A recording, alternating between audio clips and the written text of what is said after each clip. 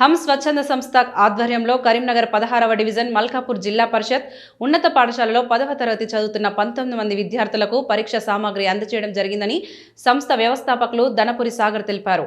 ఈ సందర్భంగా సాగర్ విద్యార్థులను ఉద్దేశించి మాట్లాడుతూ పరీక్షలను పండుగలాగా భావించాలని, కష్టపడి కాకుండా ఇష్టపడి చదివితే మంచి ఫలితాలు సాధించవచ్చని, ఇతర విద్యార్థులతో పోల్చుకోకుండా ఒత్తిడిని జయిస్తే మంచి ఫలితాలు సాధించవచ్చని సూచించారు. అలాగే ప్రశ్నపత్రంను 3-4 సార్లు చదివి అర్థం చేసుకుని సమాధానం రాయడానికి పూనుకోవాలని సూచించారు. రాబో వార్షిక పరీక్షల్లో ఏ విద్యార్థి అయితే 555కి పైగా మార్కులు సాధిస్తారో వారికి సంస్థ పక్షాన 2016 రూపాయల నగదు పారితోషికం అందజేయడం జరుగుతుందని తెలిపారు.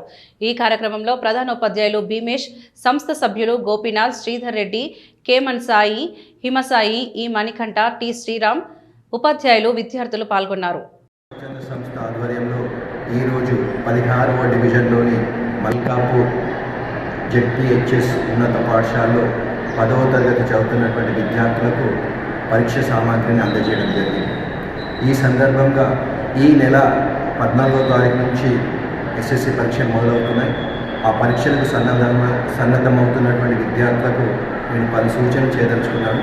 మొట్టమొదటిగా మీరు ప్రతిరోజు ఒత్తిడికి లోను కాకుండా చదవండి. మంచి పోషకాహారాన్ని తీసుకోండి.